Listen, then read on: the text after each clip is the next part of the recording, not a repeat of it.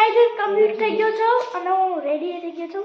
માથું કેવું રહ્યું અને મેં દીવાપતિ કરી લીધા છે અને દીદી જો દીદી કમ્પ્લીટ થઈ ગઈ. હવે તું કેમ કમ્પ્લીટ નથી થઈ?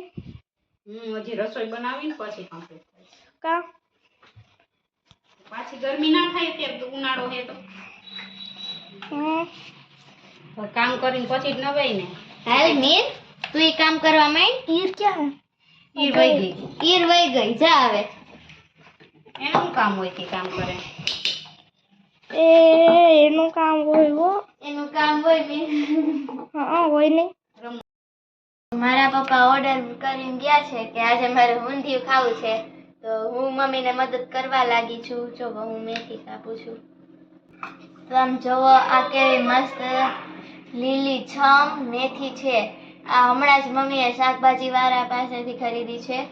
પછી ચોરી ફોલી રાખી છે, બટેકાનું કટિંગ કર્યું, ઉપરથી આદુ અને લસણનું પેસ્ટ પણ રેડી કરી રાખ્યું છે. તો આજે મમ્મી મને ઊંધિયું બનાવતા શીખવાડવાની છે તો ચાલો હું શીખીશ. ઓકે થોડાક નાખ લઈ લે. હા એટલા નાખ દે. બસ મીઠું નહીં ખાવ એની અંદર.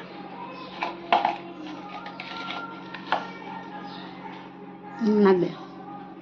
બસ હળદર નાખ.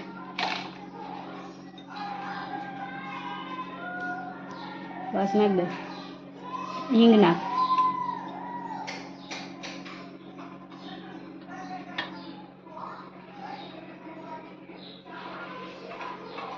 થોડીક ચટણી, થોડીક જ. હા હા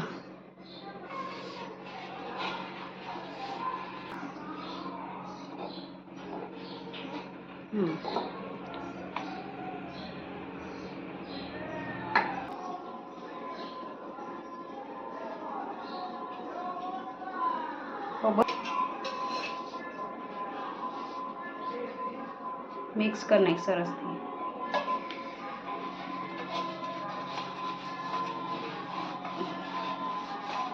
આપણે ગોળીનો લોટ બાંધી લીધો છે અને મેં ગોળી વારવાનું ચાલુ કરી દીધું છે.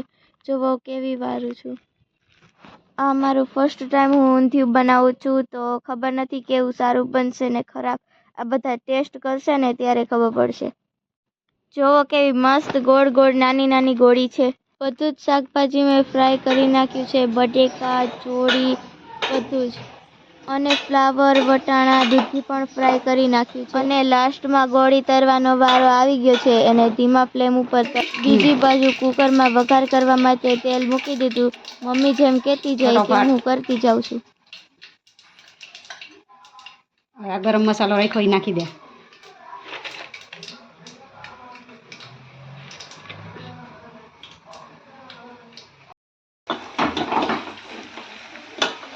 દીદીએ બહુ તેલ આવી દીધું તો અડધી ગોળી બાળી દીધી.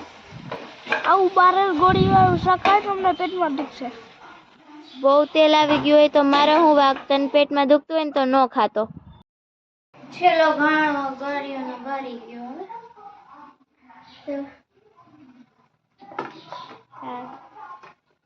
જોવો મારું વઘારેલું શાક કેવું મસ્ત દેખાય છે. મને તો બહુ હરખ થાય છે કે આ મેં બનાવ્યું છે. હવે બેન લોટ લઈને બેસી ગયા લોટ બાંધવા. હવે જોજો કૂતરો કામ જેવી રોટલી કરીને અમને ખવડાય છે. એ રોટલી ખાઈને પેટમાં દુખશે હજી કાચી નડધી પાકીને. એવો બધો ચાગલો થતો હોય ને તો આલે લોટ બનાવી લે રોટલી. છોકરીનું કામ આપણે ન કરી. છોકરા અને છોકરીનું લાઈફમાં ખૂબ સારું છે. છોકરીઓ ઘરનું કામ કરે ને છોકરા મારી જેમ પગ ઉપર પગ ચડાવીને ટીવી જોવે. કોણ ભાઈ તેમની બેન સાથે આવું કરે છે?